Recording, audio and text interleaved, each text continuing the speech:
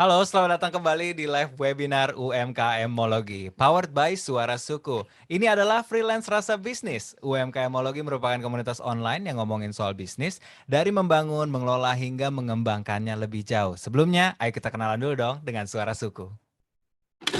Berdasarkan survei Badan Pusat Statistik tahun 2018, kelompok usia produktif terus meningkat dari tahun 2015 hingga 2045 sampai dengan 208 juta jiwa atau sekitar 65% dari total penduduk Indonesia. Tantangan yang dihadapi usia produktif Indonesia dewasa ini adalah bagaimana menjadi sumber daya manusia yang berkualitas. Ditambah lagi, media dan platform sosial media populer saat ini mengagungkan keviralan demi konsumsi hiburan semata yang justru membuat generasi muda Indonesia terlena dan tidak fokus pada pengembangan diri dan berkarya. Oleh karena itu, terciptalah Suara Suku sebagai media edukasi dan inspirasi. Suara Suku berdedikasi mendampingi putra-putri Indonesia agar dapat mengembangkan potensi diri sekaligus memberikan ruang untuk berkarya di bidangnya masing-masing. Dengan tujuan kemandirian Indonesia di mana kalian bisa belajar langsung dari para pelaku. Belajar dan terinspirasi dari cerita kegagalan, tips and trik, serta formula sukses mereka. Kami menyediakan konten edukasi dan inspirasi melalui channel komunitas. UMKMologi, yaitu channel komunitas yang menghadirkan konten edukasi dan inspirasi untuk belajar bisnis. Komposionis, yaitu channel komunitas bagi para musisi yang ingin belajar dan berkembang. Masih banyak lagi channel komunitas yang akan kita buat. Konten tersebut dihadirkan dalam bentuk live webinar course, pre-recorded video course, dan paket membership. Serta konten-konten video, podcast, dan artikel. Suara Suku menyediakan kerjasama konten marketing kepada brand, instansi, dan organisasi di mana konten marketing tersebut bisa menargetkan spesifik pada channel komunitas tertentu di Suara Suku. Kami, para founder Suara Suku, percaya bahwa konten-konten yang kita hadirkan sejalan dengan strategi pemanfaatan bonus demografi, terutama di bidang pendidikan. Di mana, apabila tercapai, bangsa Indonesia bisa menjadi negara maju pada tahun 2045.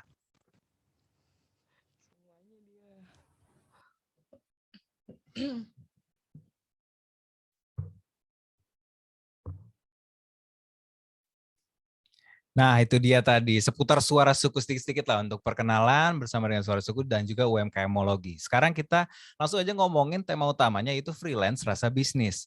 Nggak sedikit nih freelancer di luar sana yang terkadang profesinya suka disalahartikan sama orang tua, calon mertua, bahkan teman-temannya sendiri. Banyak banget profesi yang dipandang sebelah mata dan nggak sepenuhnya salah mereka juga, mungkin dari cara mengelolanya.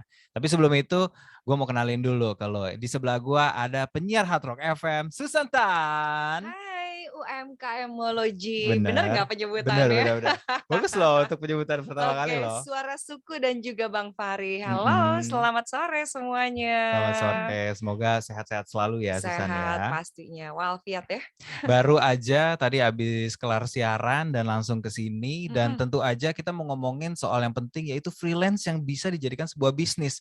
Emangnya bisa? Apapun bidang yang kita sedang upayakan, ada poin-poin penting yang nggak boleh kita lewatkan. Bisa dibilang basicnya lah untuk bisa bisa survive dari profesi yang kita pilih dan dijalani. Nah, kira-kira kalau kita mau ngobrol-ngobrol sama Susantan dan kamu punya pertanyaan, langsung aja tuliskan di kolom chat, nanti juga akan ada untuk sesi Q&A-nya. Boleh ngobrol-ngobrol dikit kalau gitu Susan dengan Boleh. kesibukannya sekarang, terus kegiatannya di radio tuh gimana sih? Ya biasa standar-standar untuk Oke, perkenalan. kalau yang mau dengerin gue, cie, jualan. Kalau yang mau dengerin gue di Hard Rock FM, jadwal gue setiap hari Rabu dari jam 11 sampai dengan jam 2 siang, dan hari Sabtu dari jam 2 sampai dengan jam 4. Cukup 2 kali aja. Kalau tiap hari nanti repot, nagih. Keren, tapi juga follow Instagramnya karena kayaknya banyak juga Mhm, event-event virtual sekarang yang lagi bener dijalanin ya. banget. Bisa juga follow Instagram gue @susantanugraha gitu, atau mau follow Instagram jualan gue? Oh, ada lagi dibedain ya? Ada. Oke, untuk ke fokusnya sebagai seorang host atau seorang Oke. announcer, Mhm. itu mulainya dari mana? Tiba-tiba kepikiran kalau oke gue akan menentukan bahwa profesi gue sebagai seorang freelance, gue akan jadi host atau announcer. Oke, jadi kalau kebanyakan orang tuh seperti tadi kita ngobrol, off air ya, Mhm. gitu. Kalau kebanyakan orang tuh kalau gue tanya Bang Fahri tadi, Bang Fahri tuh punya cita-cita nggak sih sebenarnya? Dia tuh udah mengejar cita-citanya sejak dini nih. Jadi udah dari tahun 2007 Hmm, udah apply ke radio gitu, pengen jadi radio announcer gitu. betul, betul. Kalau gue kebetulan semua jalan hidup gue itu, eee udah terbawa dengan sendirinya gitu. Oke. Jadi dalam arti kata gue hidup tuh nggak pernah punya ambisi ya gengs gitu. Jadi, awalnya gue, berawal dari model. Jadi gue tuh sempat, ikut satu perlombaan gitulah, perlombaan kecil-kecilan sebenarnya di satu, bridal bridal Oke. perlombaan gitulah ya. Oke, oke. Jadi Terus bridal semacam bikin pageant-pageant-an gitu iya mungkin? gitu, karena gue nganterin temen gue mau kawinan. Terus Oke. udah gitu ternyata dia ada pageant gitu, terus gue dipaksa sama dia dibayarin, Mhm. disuruh ikut lomba itu, dan ternyata ikut semuanya, model yang mau merit beneran Oke, oke, gitu. Jadi oke. akhirnya gue nggak menang ya kan. Nah, tapi dari situ, akhirnya gue mendapatkan pekerjaan sebagai 10 tahun perhaps ya, gue jadi BA-nya Yohanes Bridal. Oke. Gitu. Nah, di situ gue kenal sama makeup artist, dan dari makeup artist itu gue ditawarin untuk, "Mau nggak sih lo nyobain, casting iklan or else?" Gitu. "Kok Oke. kayaknya lo oke." "Gue nggak bisa acting, Mas," gue bilang begitu. Ya Allah, gue susah banget acting gitu kan. Kalau foto mungkin masih oke, tapi nggak apa-apa deh dicoba aja. Akhirnya gue dikenalin namanya satu agency. Dari Tunggu, tunggu, tunggu, situ tunggu. Ini dari awalnya nganterin temen mau nikahan kan? iya, Kenapa bisa ujung-ujungnya jadi casting-casting buat iklan ini? ya itu karena Terus diikutin aja terus? gue ikutin Semua penawaran terus. ini selalu diikutin Benar, aja? karena gue bukan oportunis, tapi gue percaya kalau kesempatan itu nggak datang 2 kali, Oke, iya kan? Jadi jadi, at first mikir bahwa ini new experience gitu? betul, Oke, karena gue anaknya Gemini banget, gue anaknya suka mencoba sesuatu hal yang baru. Gue anaknya suka men-challenge diri gue. siap, siap. Jadi gue percaya kalau usaha nggak mengkhianati hasil, gengs. Jadi Oke, kalau lo udah jatuh bangun, kalau kata ada orang bilang, eee, apa sih rahasia orang sukses? Itu adalah ngabisin jatah gagal lo, oke, gitu. oke, oke. Ilmu Nah, baru itu, ilmu baru semua? benar, jadi singkat cerita gue juga di model bridal itu, terus akhirnya gue ditawarin ke agency gitu Mhm, kan. mhm. Gue coba casting dan gagal, nggak bisa gitu 1 bulan. Kalau gue nyerah di saat itu, gue nggak jadi seperti gue yang sekarang ini, gitu. Oke. Karena gue akhirnya dapat pecah telur gitu di 1 bulan itu, akhirnya gue dapat iklan satu, dan itu rentengan terus. Gue tuh perhaps sudah 5-6 tahun di dunia iklan, mungkin kalian kadang-kadang Mhm. suka ngeliat gue di TV gitu Iya. kan. Tapi, ya gue udah kurang-kurangin sih sekarang. Dari tahun kedua mungkin dari gue jadi talent iklan, gue udah mulai bosen nih, karena aktingnya kan gitu-gitu aja. Oke. Nah, Butuh challenge baru nih. betul Kayaknya sih seperti sekali itu gitu, ya? dan gue udah ngerasa ternyata, eee, di dunia iklan ini mulai banyak yang nyari aktingnya tuh host. Mhm. Gitu. "Hei gue si hijau daun ini kagak ngerti gue," gitu kan, "gimana caranya nge-host," gitu. Terus nggak sengaja gue dengerin ini boleh nyebut brand ya? Boleh, boleh. Oke. Gue nggak sengaja di mobil waktu itu gue dengerin iklannya MRA Broadcasting Academy, which Oke. is itu dari grup radio gue, Hmm. gitu. Jadi gue denger mereka nawarin paket gimana cara belajar jadi host, jadi, MC dan whatever it is penyiar radio gitu, dengan berapa kali pertemuan bayarnya ternyata nggak terlalu mahal, Oke. gitu. gue pikir-pikir, oke deh gue ambil soalnya tiap weekend dan kalau misalnya katanya gue nggak bisa, masih bisa digantiin nih gitu. Jadi Betul kan betul. nggak rugi-rugi banget Betul gue, betul betul. gitu. Udah gue ngikut, masuk ke situ, gue bayar, namanya juga gue gitu, Susanto Nugraha. Tiba-tiba gue terlalu banyak kesibukan, gue banyak bolosnya, giliran materi-materi yang penting nih kayak, pernafasan, bikin materi siaran dan whatever it is, gue sempat beberapa kali gue bolos, gue nggak ikutan. Nah, tapi seperti gue bilang kalau memang Tuhan izinin aja gitu. Jadi kayak gue tiba-tiba, selesai dari Emera Broadcasting itu, gue ditawarin buat audisi penyiar, gitu. Nah, kebetulan mereka buka audisi, gue udah telat juga tuh, gue nggak bikin-bikin demonya ya kan. Oke. Terus akhirnya, mereka kasih gue waktu setelah 3 hari lewat, gue masih ditungguin. Oke. Akhirnya jam 3 pagi pulang syuting, gue bikin tuh demo dengan belepotan gak karuan, bertek berkali-kali karena gue salah terus ya kan. Akhirnya luluslah gue, ternyata gue lulus masuk ke dalam 20 orang yang diaudisi. Udah dari situ di audisi-audisi akhirnya, balik lagi, untuk jadi penyiar itu bukan lu, butuh skill, tapi ternyata yang digojlok tuh di awal mental lo. Lo Oke. gitu nggak dulu? Semua bagian sih gitu dari sekolah sampai Iya, cari kerja memang kadang-kadang kalau nggak tahu bener. itu apa juga ya, tapi mental tuh juga dilihat dulu nih sama, yang yang meng-hire kita, karena itu akan berdampak kepada kedepannya. Bener, tapi kalau di radio gua, ini lucu banget, karena gini, di radio gua itu, ini part yang paling gua nggak pernah lupa. Ada yang namanya interview sama bos-bos PD-PD radionya kan. Betul. Wow, dan ternyata di situ tuh kita ditanya, "Lo kapan terakhir kali mabok? Baju lu dari atas sampai bawah mereknya apa? Harganya berapa?" Jadi kalau ditotalin harganya berapa? Makin lo ngerasa lo takut buat ngejawab mereka yang pertanyaannya super nyeleneh itu. Iya. Dan mereka jadi mungkin kayak ngerasa, wah ini anak kurang berkarakter nih mungkin kalau ditaruh di radio. Dan Oke. gue waktu pertama kali ditawarin tuh sebenarnya gue ditanya, "Kamu mau radio mana?" gitu. Karena gue anaknya suka ya jawabnya asal-asalan kan. Gitu, "Kamu mau di radio mana?" "Oh oke, gue pengen di Cosmo," gitu. Karena gue pikir, oh Cosmo itu wanita-wanita cantik, fashionable gitu ya. Pura-puranya gitu.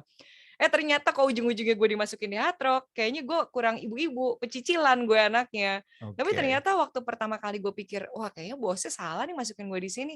Sejalan dengan berjalannya waktu, which is gue udah 3 tahun di Hard Rock. Nah, gue mulai ngerasa kalau, oh ternyata mereka nggak salah pilih nih, memang ini gue cocoknya di sini. Oke, merasa tepat Gitu. ditempatkan di Hard Rock Merasa berarti ya? tepat mulai dari teman-temannya, mulai dari, gue udah mulai nemuin personality, on air gue gitu, ternyata dengan kerecehan-kerecehan gue. Mungkin kalau gue ditaruh di Cosmo, hancur sih, gitu. Karena nggak gue banget gitu ternyata, gitu. Oke, dari pertanyaan yang pertama gue sebenarnya nggak terlalu menyangka ya kalau ini Mhm, merupakan histori daripada Susan yang diceritakan ulang. Tapi yang pasti itulah, bahkan mungkin tanpa Susan sadarin juga sebenarnya yang mhm, dilakukan dengan cara yang mengambil kesempatan, mengambil iya, peluang, itu sebenarnya adalah upaya juga maintain diri yang mhm, menganggap diri itu nggak harus menunggu bahwa kerjaan datang. Apalagi saat betul. itu juga belum tahu bahwa profesi apa yang mau diambil ya kan? Betul sekali. Karena sejujurnya gue tuh bukan orang yang suka ngantor. Mhm. Jadi gue percaya, sesuai dengan tema kita nih bilang kalau freelance itu adalah bisnis. Intinya kalau di masa pandemi ini menurut gue, orang tuh punya skill nggak boleh cuma satu, Oke. ya kan, gitu. Makanya kenapa gue mencoba, menjalani semua usaha yang gue bisa. Karena buat gue kalau diseriusin pasti semuanya bisa jadi, gitu. Oke oke. Namun kalau misalnya Mulai kita mikir dia. soalnya gue mau ngambil fokusnya lagi balik ke si host Oke, atau announcer iya, nih ya, mhm, karena kan itu sebenarnya yang saat ini masih dijalani secara iya konsisten. betul. Skill untuk bagian profesi itu dulu aja. Oke, skill untuk announcer ya Yes. berarti? Ya itu seperti gue tadi bilang tadi, mungkin ada orang yang bisa autodidak, tapi Mhm. karena gue bener-bener ijo dari pertama, untuk gue nemuin tone suara gue aja tuh susah banget gitu. Oke. Mungkin kalau sekarang udah jadi, gue orang yang pace ngomongnya cepet banget, jadi ketika gue ngomong itu, suka balapan otak gue sama mulut gue Iya. gitu. Banyak yang Ya merasakan itu kalau kerja sebagai announcer memang. gitu kan. Terus kayak gimana gue cara ngatur nafas, tapi yang paling penting adalah, kalau announcer itu yang paling penting karena kita kalau kayak gue single DJ itu gue Mhm. harus, bikin bahan siaran sendiri, Oke. yang which is lo enak, masih ada produsernya gitu kan. Kalau gue Kan yang terakhir doang gitu. Itu gitu. juga orangnya udah di sana Iya. sekarang. Nah kalau gue itu bener-bener harus lu lihat nih beritanya apa sih yang lu pengen cari. Betul. Terus susahnya ini kalau di Hard Rock dibedain dengan radio-radio lain karena dari 5 radio yang ada di MRA, Hard Rock itu yang paling susah. Gue mulai ngerti kenapa. Karena di kita itu bikin materi siaran nggak bisa biasa-biasa aja. Jadi gue itu harus bikin gong. Dea Pranatania itu juara Ratu Gong gitu. Nah, kesulitan gue terbesar adalah karena gue anaknya nggak kreatif. Jadi ketika gue harus ngeliat satu berita dan gue bikin gongnya itu punchline-nya, gue mikirnya kadang-kadang suka lama banget ya. Terus ada satu mentor gue bilang begini, udah daripada lu kelamaan mikir, mendingan lu cari aja di meme gitu. Cuma gue ada satu tips dan trik gimana caranya supaya lu bikin punchline itu bisa cepat. Gue baru find out ternyata dengan ngobrol seperti ini dan gue nyeletuk-nyeletukin orang, itu mengasah kemampuan gue berpikir lebih cepat untuk nyeletuk. Dan itu skill juga akhirnya kepake ketika gue nge-MC atau nge-host ice breaking. Karena kecepatan otak gue udah terlatih buat ngelawak gitu. Oke, baik, paham. Tapi Gitu. nggak semua celetukan itu berakhir mulus dan sesuai harapan dong. Biasanya sih sesuai harapan sih. Kalau dia nggak ketawa, gue ketawa sendiri sih, men. Oke. Berarti memang ini sebenarnya tadi pertanyaan yang gue ajuin ini selain untuk profesi sebagai seorang host gitu atau announcer, ini bisa diterapkan juga untuk KOL atau influencer karena kan Bisa sekarang banget. juga mulai marak tuh profesinya karena Iya. didukung sama teknologi digital juga Betul, kan. karena kalau lu jadi KOL kan juga sekarang bukan cuma foto. Kadang-kadang caption nggak dari klien. Lu Betul. harus bikin caption sendiri. Nah, itu adalah buat gue, ini keunggulan gue untuk jadi KOL karena gue bisa ngebawain konten dengan bagus, which is gue punya pronouns yang bagus, dengan intonasi yang bagus, gue bisa membawakan materi yang dia mau dengan jauh lebih baik daripada KOL lainnya, gitu. Secara look gue udah punya karena gue talent iklan, gitu. Dan secara caption, gue pasti akan bisa membuat sesuatu yang menggelitik, bikin orang jadi baca. Oke, jadi kalau gue Gitu. boleh sederhanain itu ya, Iya. berarti skill dasar yang kita punya tuh memang kita harus aware atas kemampuan kita dulu. Terus memang namanya profesi apapun itu juga harus ada isinya, harus dikulik lagi, harus dipelajarin lagi. Karena pun lu sudah memiliki posisi yang nyaman lah ibaratnya di Hard Rock itu sendiri, lu tetap harus belajar terus kan? Benar. Oke, kalau gitu sekarang ada nggak treatment yang berbeda saat kita tuh cuma kerja doang sama pengen menjadikan posisi kita nih sebagai seorang freelancer, ini gue pengen ngelola sebagai bisnis, sebagai sesuatu yang besar dan sebagai sesuatu yang dikenal orang lebih dulu tanpa kita harus jual keluar terus. Oke, itu sebenarnya menurut gue ada sangkut pautnya sama personal branding, ya kan? Jadi apapun profesi lo sebenarnya menurut gue bukan host, bukan radio announcer aja atau lo hanya common people aja. Ini juga gue sempat ngajarin kemarin waktu gue ngajar radio. Jadi personal branding itu penting dan itu ditentukan di sosial media lo. Which is gue anaknya misalnya suka makan gitu ya. Gue suka makan, gue akan posting di story gue yang penuh dengan sampah itu adalah story-story mengenai makanan. Itu akan menggelitik orang-orang yang punya brand makanan buat nanti nge-endorse gue makanan. Gitu. Kalau lu Mana handphone sukanya saya mau nyatet dulu. Terus. Kalau lu sukanya fashion gitu atau lu sukanya kosmetik, lu posting aja something yang apalagi sekarang kan Instagram udah ada reel. Betul. Ya kan? Lu bisa bikin kreativitas apapun juga itu di situ yang menggunakan apa yang lu suka, apa yang jadi passion lo. Let's say gue kemarin sempat ngobrol sama satu teman gue.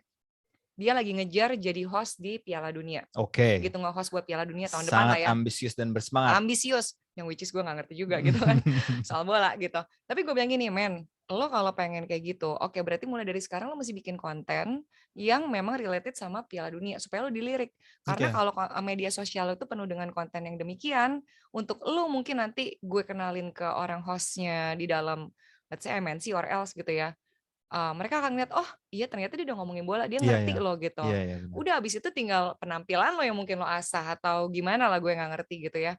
Nah cuma kalau dari diri gue sendiri yang gue rasain adalah urusan makanan tadi ya. Karena kalau misalnya gue di endorse kosmetik, mohon maaf nih, Eke bingung gitu, sisir aja nggak punya, masang bulu mata aja suka kebalik gitu kan. Gue paling pusing kalau dapet endorsean kosmetik, jujur gitu. Karena gue nggak ngerti bagaimana harus Tapi diterima reviewnya. dong. Diterima, namanya juga cuan ya kan. Berarti ada upaya belajar lagi dong ke sana. Ada. Meskipun buta sama sekali di awal. Meskipun gue harus nyontek punya orang, coba video referensinya gimana gitu. Karena gue nggak pengen bikin klien gue ngerasa, wah gila gue udah bayar kok, atau gue udah ngasih produk kok dia begini bikinnya. Jadi gue akan bikin berusaha sebaik mungkin, tapi ya udah ala-ala gue aja, jadi diri gue sendiri gitu. Cuma kalau makanan, gue anaknya cukup jago lah kalau gue bilang gitu. Kenapa? Karena dari tadi pengakuan diri semua ya. Kalau gue yang ngajak ngobrol kayak berasa digurui dari tadi. Jadi gini, awalnya kalau gue tuh memang suka makan. Betul. Dari suka makan di masa pandemi ini, otomatis kan kita susah nih ya kan. Gue banyak punya waktu luang, yang gue tadinya nggak punya banyak waktu luang, gue banyak di rumah aja. Terus gue mikir, gue mau makan keluar, pengen makan enak kok susah. Jadi gue kalau orang lain tuh di masa pandemi ini Netflixan aja gitu. Gue nggak Netflixan, gue buka sosial media, gue anjir nih masakannya enak banget. Gue bisa masak ini nggak ya? Kira-kira besok pagi gue masak. Coba. Oh dipraktekin coba masak. Gue coba. Terus udah gitu gue kasih dong ke teman-teman gue, enak gak sih?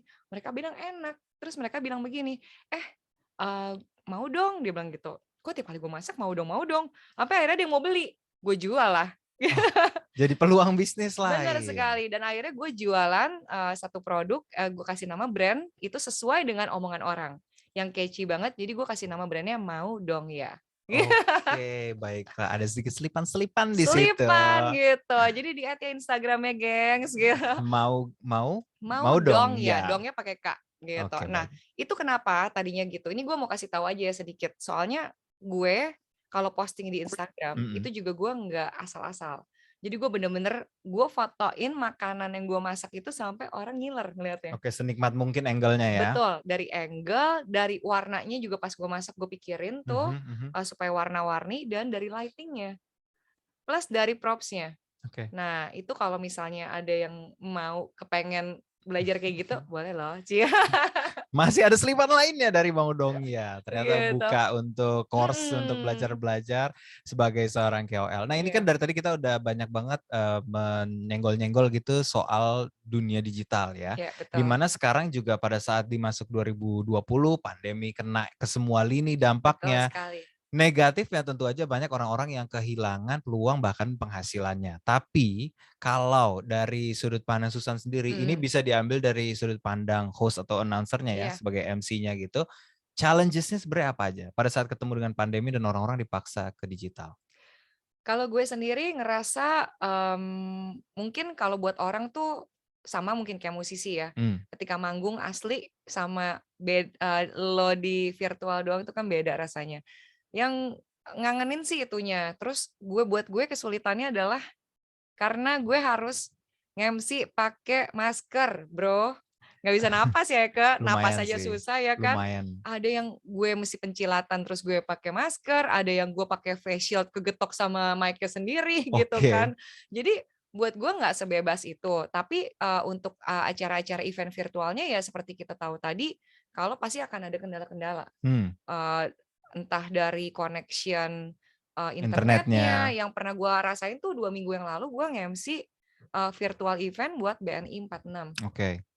Itu semua narasumbernya kecuali si pesulap ada di studio bareng gue. Yang lain ada yang di Bali, ada yang di mana. Tiba-tiba chefnya lagi masak, ada acara masak-masakan, makanan sehat. Plek mati. Gue lagi minum di depan, dipanggil Susan, buruan ini isi nih ngomongin. Untuk melakukan ini ya? Iya. Untuk begini nih biasanya. Untuk gue nolongin gitu, dari ngisi-ngisi gitu kan. Oh, kalang kabut gue ke dalam lagi gitu.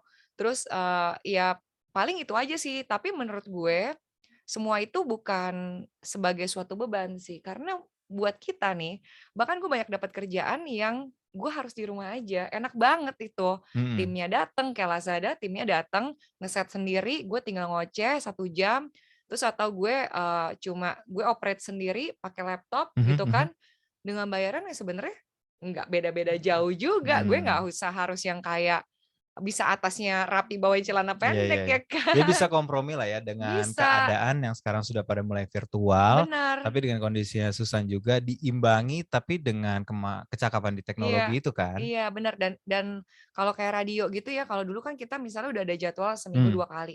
Itu kan otomatis tuh kalau mau minta izin kan nggak enak ya, atau minta orang gantiin kan ribet banget nyari ganti-gantiannya. Kalau sekarang kan gue tapping nih, tapping 1 hari sebelumnya. Jadi kalau gue ada kerjaan nge-MC kayak, atau gue ada kerjaan photoshoot, atau gue ada Oke. kerjaan syuting, nggak apa-apa dong, Lebih ya bisa kan? di-manage ya. Masih bisa di-manage, Oke. pinter-pinternya. Jadi kalau tadi udah ketemu dengan challenges-nya di mana orang-orang Mm-mm. banyak yang mungkin gagap juga untuk masuk ke teknologi sekaligus gitu. Nah, sebenarnya Susan termasuk salah satu orang yang bisa survive mungkin karena ya virtualnya itu pertama bisa di-provide dan Iya, lini kerjanya juga fokus kepada SDM-nya. Nah, betul. tapi kita kan akan ngomongin juga kepada orang-orang yang punya profesi lain di Iya, bidang freelance-nya. Sepertinya penting ya kalau misalnya untuk menjadikan freelance itu sebagai bentuk bisnis untuk punya marketing diri yang baik. itu benar. Nah, boleh nggak tips secara terstruktur mungkin Oke, barangkali iya, disampaikannya 1, 2, 3-nya oke. barangkali untuk in general ya? Jadi gini, kalau awalnya lu sebagai tadi personal branding ya penting kan. Betul. Jadi, lu awalnya sebagai mungkin yang belum terlalu sibuk banget, lu Hmm, bisa me-manage semuanya sendiri. iya, Tapi ketika lu udah punya kerjaan yang banyak banget mhm, gitu, kadang-kadang lu suka skip. Jadi jangan mencoba-coba lu, untuk, handle everything. meng-handle everything. Jadi serahkan semua, satu lu harus punya PA. Mhm, mhm, Personal assistant. Kenapa? Karena PA gue itu tugasnya buat ngingetin gue macem-macem. Mulai dari schedule, oke, mulai dari ngurusin nyatet fee-nya berapa, udah bayar atau belum, ngurusin pajak gue, oke. terus urusan gue titip pesan ke manajer gue kalau gue nggak sempet, dan mulai dari ngurusin bawaan gue bakalnya apa aja yang gue bakal lupa gitu. Pokoknya intinya Ini yang begitulah. kontekan sama saya berarti? Iya, Oke. benar. Halo Tini, siapa Iya, tahu online ya Tini kan? itu, benar benar. Terus? Dan terus yang kedua adalah ketika lu udah mulai ngerasa, oke gue karena gue anaknya sungkanan ya, gue tuh anaknya nggak bisa, nego-nego sendiri gitu, Mhm, apalagi sama mhm. temen, nggak enak banget gue gitu. Mmm, Gue butuh bemper. Jadi gue, kerja sama sama satu manajer, oke. yang which is gue nggak bayar sih sebenarnya, tapi kita lebih pada ke, Bagi ada hasil? agency fee, Oh, ya agency fee. agency fee. Jadi dia akan motong gue berapa persen, let's say biasa kalau manajer itu Eee, sorry gue lompat lagi, kalau PA biasa gue bayar gaji bulanan, Oke. gitu. Kalau, manajer itu gue kasih, bagi hasil berdasarkan project. Mmm, Biasanya, balik lagi kadang ada yang 20%, kadang ada yang 25%, dan mereka tuh bertugas kalau budgetnya lumayan tinggi, mereka bertugas untuk, nyariin gue asisten on the day. oke. Karena asisten itu nanti yang bakal checking sound gue dan segala macam, which is gue nggak ngerti gitu kan Mhm, checking mhm, sound, mhm, mhm. terus, mintain cue card ke apa namanya, ke IO-nya kalau memang mereka yang sediain.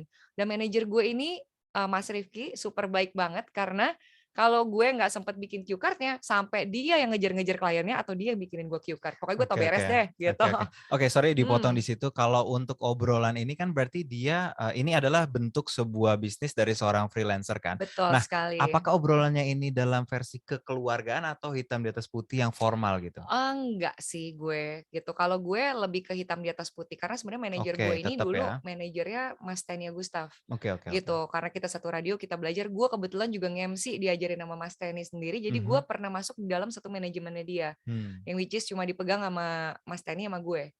Ketika Mas Teni udah nggak jadi IO, mhm. gitu, dan, manajer gue ini nggak megang dia lagi, dia nggak mau nge-MC lagi, jadi akhirnya otomatis dia cuma megang gue, jadi dia fokus di Oke. situ, Oke, gitu oke. aja sih. Oke, terus selanjutnya tadi masih dalam case marketing diri, apakah ada Oke, lagi yang penting? ada lagi yang penting. Apa itu? Kalau buat gue itu, karena gue anaknya bukan wanita-wanita cantik pada umumnya, kan kalau nge-MC nggak bisa makeup sendiri sama Oke. nggak bisa bikin rambut sendiri, gue Mhm. butuh makeup artist. Siap. Nah, makeup artist gue ini adalah orang yang sering gue bawa kemana-mana gitu, jadi itu udah termasuk dari bagian tim, dan sekarang manajer gue udah nggak pusing banget nyariin gue asisten, karena makeup artist gue udah di-training sama dia buat ngasistenin gue. Oke. Bawain barang gue, mau, ngecilin baju gue kalau kegedean dan segala macam, jadi all in termasuk dia supir gue, Oke, ada gitu. development kepada Udah. tim-timnya juga ya?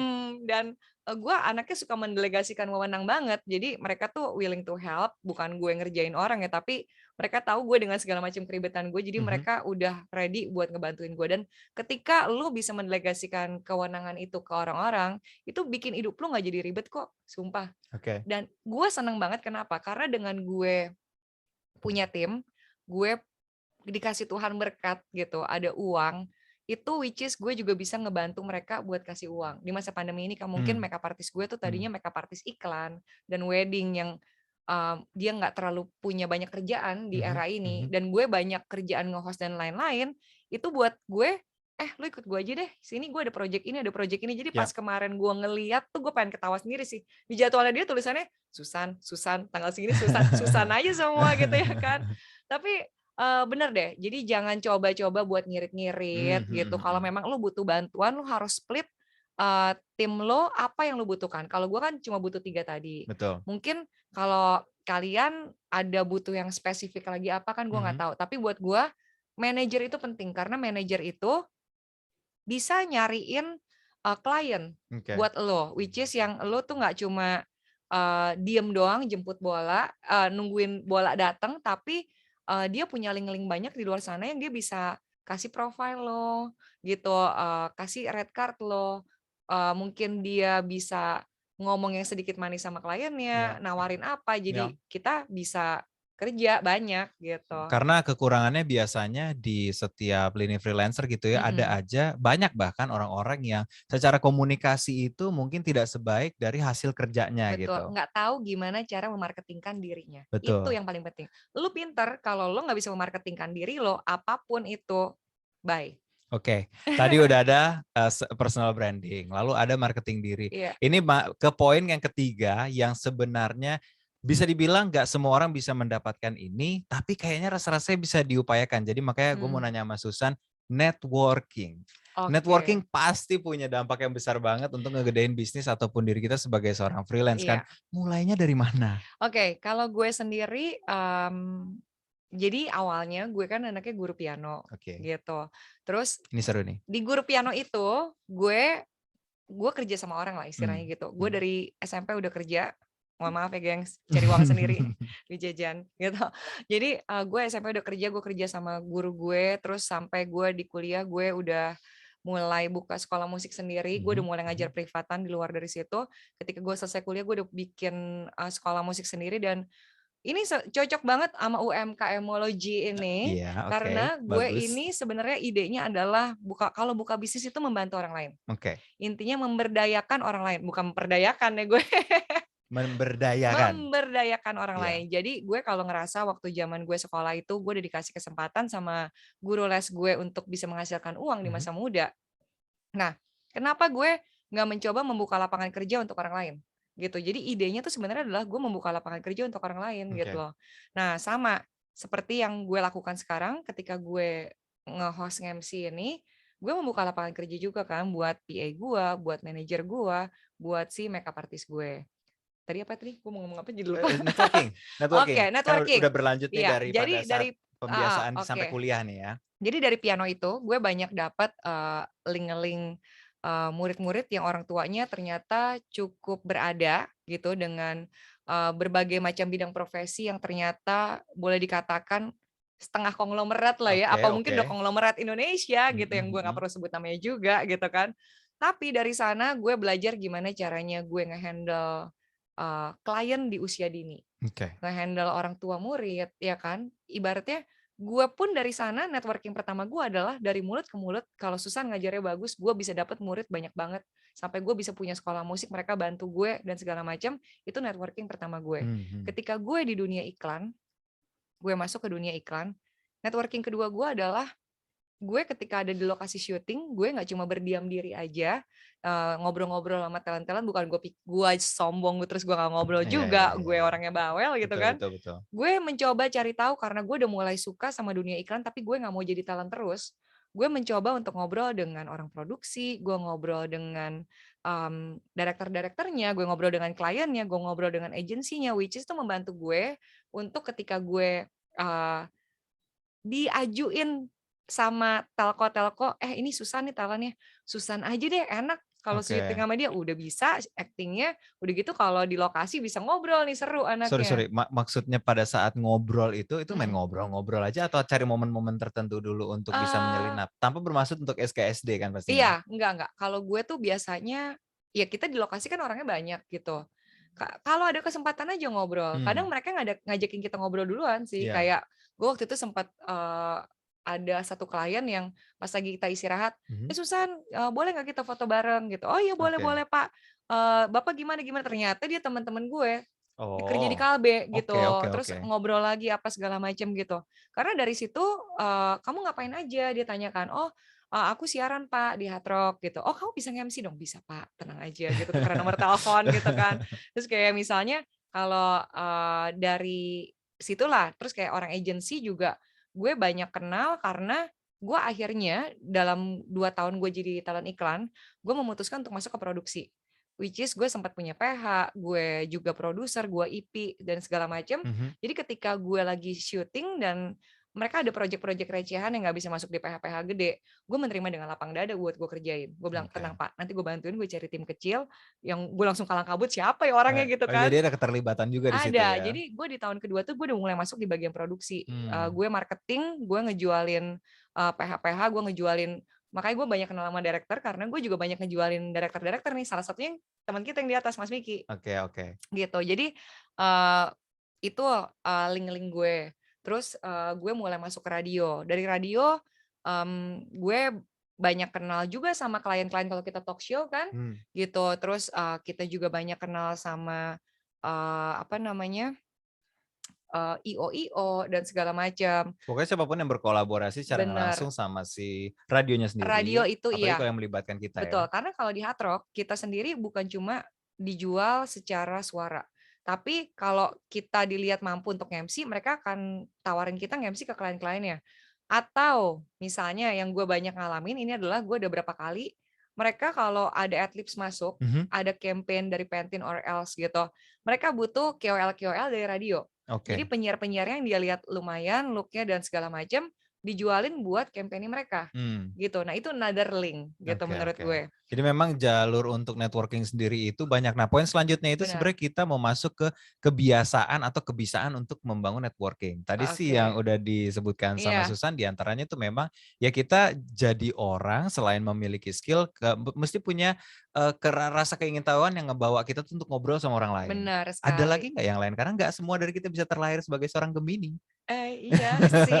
Yang ceria dan rasanya tuh lepas aja gitu ketemu orang, gue mau ngobrol lah sama dia Benar, gitu. gue kalau ketemu orang kayak habis ketemu orang 10 tahun udah kenal ya kan? Iya Gitu. makanya kebiasaan dan kebisaan apa nih yang mungkin bisa diterapin Eee, apalagi kalau kondisinya dia bukan seorang freelancer yang bergerak di bidang komunikasi kayak kita berdua. eee, menurut gue sih jangan pernah lo diem-diem aja sih. Intinya memang bener komunikasi itu penting sih. Gue nggak Mhm, ngerti gimana tetep ya, caranya, mhm. karena kalau lu nggak menyuarakan lu tuh bisa apa, atau lu bilang lu misalnya kayak tadi nih gue bilang, "Eh, gue jualan makanan loh." Lu juga nggak bakal tahu dong gue jualan makanan Iya coy, kalau nggak iya ngomong-ngomong, kan? bener Gitu. bener. Nah, kalau lu nggak ngomong apa yang lu bisa, klien lo, opportunity lo di depan ini lepas karena dia mungkin kalau lu bilang, "Gue bisa ini," tapi ngobrolnya juga dengan nggak sengaja, bukan Iya cuma iya lu iya. donder langsung lu ngomong begitu. Datang-datang ujug-ujug Iya, langsung, "Hey saya mau jualan," benar. gitu kan. Dan lu harus menjaga hubungan baik sama mereka. Kenapa? Ketika lu udah bilang nih, "Gue bisa A, B, C, D, E." Dia udah tahu nih, "Oh, Susan bisanya A, B, C, D, E." Terus tiba-tiba dia ada kebutuhan, lu akan ada di top of mind-nya dia. Oke, Bukan orang yang pinter, bukan orang yang apa, tapi orang yang dia inget. Bener nggak? oke Gitu. oke. Jadi kayak gue misalnya, gue kadang-kadang suka say hi aja iseng, kayak misalnya klien gue suka nge-DM gue di Instagram. Gue balas pasti atau misalnya dia ada apa gitu, "Eh, Pak, apa kabar?" Gini atau gimana-gimana. Terus dia tiba-tiba, "Eh, San, ada kerjaan nih gini." Wah, alhamdulillah gitu.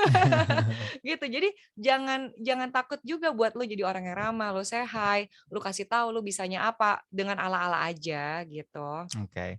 Tadi, di kode kalau kita akan segera masuk ke sesi tanya jawab di Oh, mana wow. orang-orang real audience kita Oke. yang akan ngajak ngobrol. Aku Cuma siap nih pakai kuping. oke, pakai pakai earphone-nya dulu. Nah, tapi Iya. sambil menunggu juga untuk pertanyaan yang masuk, sorry nih. Nah, sambil poin terakhir juga sebenarnya tadi Mhm. masih mau ditanyain. Jadi, kalau saat ini kan kondisinya Susan itu adalah orang yang sudah bergerak di bidang atau profesinya yang berjalan sudah seperti semestinya kita obrolannya di freelance rasa bisnis gitu. Betul. Nah, kalau saat ini ada orang-orang juga yang merasa kalau, "Oh, gue ada titik nyaman nih, gue ada Mhm. titik di mana gue akan puas." Apa yang Iya. harus dia terapkan ke dirinya sendiri? Apalagi kalau dia ingin terus bertumbuh sebenarnya, tapi mungkin mentok di dinding-dinding yang, "Ah, udah cukup lah di sini aja." Oke, itu yang mau gue bilang, jangan pernah lo ngerasa puas.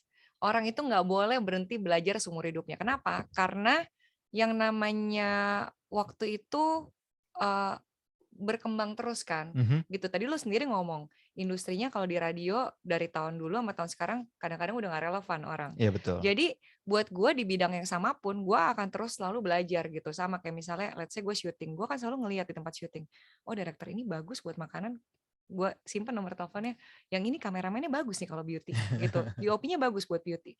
Terus mungkin yang ini, oh ternyata lu bisa nge-MC, oke ntar lu gue tawarin deh nge-MC ke tempat manajer gue gitu, atau misalnya gimana. Jadi sama kayak belajar juga, buat gue itu bisa jadi seperti sekarang ini bukan nggak ngelaluin proses jatuh bangun. Di radio sendiri gue itu udah nemit deh, semua kesalahan udah gue lakuin. Open mic Jakarta Bandung pernah, gue lagi buka mic, bos gue masuk, gue ketawa, masih nyala mic gue lupa. Jadi menurut gue ngelihat apa sih sosok yang di sana yang bisa gue ambil, let's say kayak dia Pranatania tuh. Oke, si Ratu Gong ini, kenapa dia bisa, gue nggak bisa ya? Gue selalu men-challenge diri gue sendiri. Jadi jangan takut untuk belajar, dan lu harus men-challenge diri lu terus. Jangan ngerasa lu tuh udah di atas angin, woi gue udah di zona nyaman nih, gue udah megang banget di sini. Lu megang di situ, tapi kalau lu nggak menambah ilmu lagi, lu kan stuck segitu aja, sementara orang lain berkembang. Gitu. Jadi ilmu itu selain bisa didapatkannya juga dari orang lain di sekitar kita, kalau emang kita kerja bareng, ujung-ujungnya kalau merasa udah di titik di mana nggak belajar apa-apa lagi ya, challenge diri sendirinya untuk belajar lebih banyak ya. Lu bisa kan belajar dari manapun juga, nggak mungkin dari ngeliat contoh orang, atau lu buka YouTube, atau lu bisa baca buku, itu banyak banget. Tapi karena gue anaknya malas baca buku, gue anaknya visual, dan gue anaknya banyak belajar dari ngobrol sama orang. Gitu. Itu yang gue, makanya kenapa gue suka banget beredar, nongkrong, ngobrol yang nggak penting, karena kadang-kadang dari obrolan nggak penting itu gue bisa dapat sesuatu pasti. Gitu. Bagus sekali. Jadi jangan malas-malas mengobrol gitu ya, terutama kepada sesama yang ada di dalam lini kerja kita, karena ternyata potensinya besar banget untuk kita ngebuka kesempatan bagi diri kita sendiri menjadikan freelance itu sebuah bisnis. Apakah sudah ada chat-chat masuk untuk pertanyaan? Coba kita boleh ditampilin di sebelah situnya kalau udah ada. Itu ada halo salam. Benar. Kita juga bisa ambil ini sih, kalau memang ada yang mau nanyanya langsung gitu ya, biar bisa ngobrol langsung sama Susannya, bisa kita langsung. Itu ada yang namanya Arka Rahardian. Apakah kamu saudarinya Reza Rahardian? Coba disebut. Bisa jadi ya. Sorry, boleh tolong di-highlight nggak sih kalau ada? Itu di sebelah mana? Gue nggak kelihatan deh dari sini. Mata gue masih bagus. Hei, jangan menghina ya. Maksudnya nggak kelihatan di mana letak pertanyaannya. Coba Susan, dibaca pertanyaannya. Orang belum ada. Itu gue baru halo salam. Benar. Halo salam sama benar halo kan? salam sama benar. Gimana sih? Bisa-bisanya hostnya begina. Saya mengundang loh. Tapi nggak apa-apa kalau gitu, sambil nunggu juga pertanyaannya. Kalau ada yang mau nanya langsung dari audio gitu ya, boleh di raise hand aja. Jadi ntar kita bisa ambil untuk langsung ngobrol sama Susan. Iya.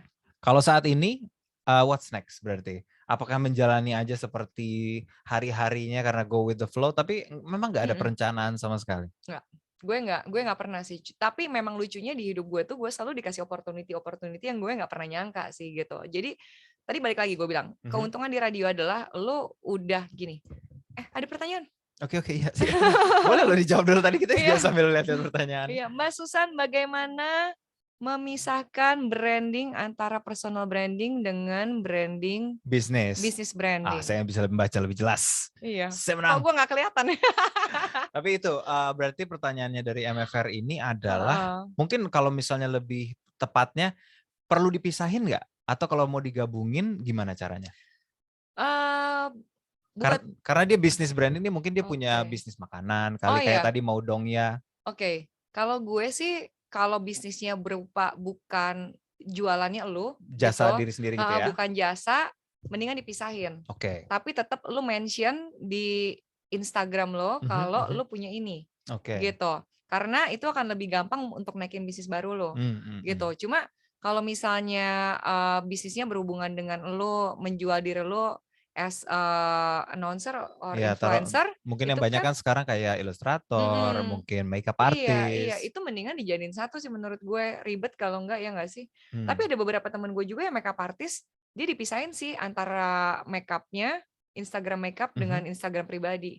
Karena balik lagi, kalau makeup artist kan nggak mungkin dia makeupin dirinya sendiri kan, itu kan kayak portfolionya dia. Well, yes and no kayaknya. Iya, kalau cewek iya, kalau cowok kan nggak mungkin. Well, Oh iya gue tahu sih. Tapi Tapi memang jarang lah. berarti emang lumrahnya gitu ya. Dia pasti memajang portfolio adalah hasil Iya, makeup iya, dia. iya. Karena penerapannya jadi monoton dong kalau ke diri sendiri terus. Benar banget. Nah, cuma maksud gue kalau bukan related sama muka lo gitu, mendingan dipisahin. Oke. Gitu. Kalau misalnya related sama muka lo itu justru menambah klien lo ketika ngelihat, oh dia udah pernah ini, jadi kayak orang lebih percaya. Terus Gitu kalau menurut gitu gue. memisahkan gimana? Kita ambil contoh bahwa ini bisnis yang konvensional ya. Tadi ada misalnya kuliner atau mungkin jual studio, jual mungkin dia punya bengkel, dia menjual jasanya tapi bukan dianya gitu ya. Oke. Berarti kan dia apa poin-poin yang perlu diperhatikan? Apakah harus rapi di Instagramnya, di sosial Oke, medianya? gini. Jadi gue kasih tahu ya Oke, ke ini kayak kalian. rahasia, ini Cie. kayak rahasia nih. Gue langsung Ngomongnya kayak beride gitu kalau di challenge iya, gitu. iya, iya. Secara gue anaknya penuh dengan ide. Jadi menurut gue bisnis-bisnis konvensional itu zaman sekarang lo bisa melakukan cara-cara yang out of the box sih buat marketingnya. Oke. Jadi lo kalau let's say misalnya lo punya bengkel ya. Mungkin contohnya agak terlalu drastik, tapi Enggak, aku anaknya tidak seksis. Jadi iya. siapa tahu punya pengetahuan juga di dunia Kalau punya perbengkelan. bengkel itu lo bisa menjalankan marketing dengan cara bikin konten Oke. gitu. Apa sih misalnya bikin konten aja pakai Instagram Reel, bikin pakai cewek-cewek jadi montir bengkel, Oke. kan orang jadi catching dong, gila apa nih? Oh bengkel gitu. Oh, catchingnya dulu ya. Iya, yang penting eye catching dulu. Oh, apa nih gitu? Oh, dia jualan bengkel gitu, misalnya kayak gitu. Terus bisa juga dari situ ntar lo bikin kayak iklan-iklan pendek aja. Sebenarnya gampang banget nge-shoot pakai handphone gitu kan. Sekarang tinggal masukin di TikTok atau mana kan udah viral tuh. Tinggal pakai hashtag-nya aja yang paling penting ya nggak sih? Banget. Gitu. Lo bikin kontennya mau joget-joget pakai obeng kek, atau misalnya lo mau bayangin lagi tiba-tiba. atau lo mau bikin tempat cuci mobil lu ciprat-cipratan air gitu kayak video klipnya Mariah Carey gitu ala-ala. Terus sebenarnya buat gue yang penting catchy karena gue anaknya iklan banget kan. Jadi gue tahu banget colekan di situ tuh penting. Nah, kedua, ketika lu mungkin orang udah menarik ini apaan sih sebenarnya, lu bisa bikin sesuatu yang berhubungan dengan produk lo tapi lebih serius sedikit nih. Misal lo bikin podcast gitu. Oh, lo tahu nggak sih kalau ternyata otomotif itu juga penting nih buat kehidupan kita. Tapi kalau misalnya ban lo rusak lo masih kemana sih atau apa-apa. Nah, itu juga bisa mancing nanti kerjasama sama brand-brand. Oke. Actually. Berarti potensi diri kita sendiri kita buka peluangnya buat orang lain dengan mulai lagi tadi pakai beberapa tips yang dikasih di awal, si self brandingnya, marketing dirinya, dan yang lebih penting lagi itu yang nanti akan bangun networking. Satu lagi dari Sinta Anggun R. Mohon maaf sebelumnya izin bertanya. Oh silahkan, nggak perlu minta izin. Selain uang menjadi backup materi itu, backupnya apa lagi, dan bagaimana cara mencari peluang bisnis pada masa pandemi. Terus materi itu penting atau pengaruh banget nggak sih? Oke, berarti ini kaitannya adalah uang sebagai salah satu support system dalam membangun kita freelance yang akan menjadi bisnis. Seberapa signifikannya? Oke. Semoga interpretasi gue benar ya Sinta Anggun. Gini, kalau kita ngomong manusia itu kerja nggak untuk uang itu kan bohong. Karena semua itu pasti ujung-ujungnya uang. Sangat. Cuma kalau menurut gue kerja itu harus pakai hati. Oke. Catat baik-baik, underline, bold. Kalau udah landasannya passion kan udah pasti pakai hati. Nah, ya kan kalau gue kan enggak tadinya. Oh iya benar gitu. juga sih. Semua ya, yang gue ini rare case loh sebenarnya. Iya, semua yang gue laksanakan mulai dari talent sampai kemana itu semuanya kecelup, dilelep-lelepin, berantakan dulu baru akhirnya gue jadi. Tapi gue orangnya nggak pernah nyerah. Jadi intinya semua itu lo mesti lakukan dengan hati dulu.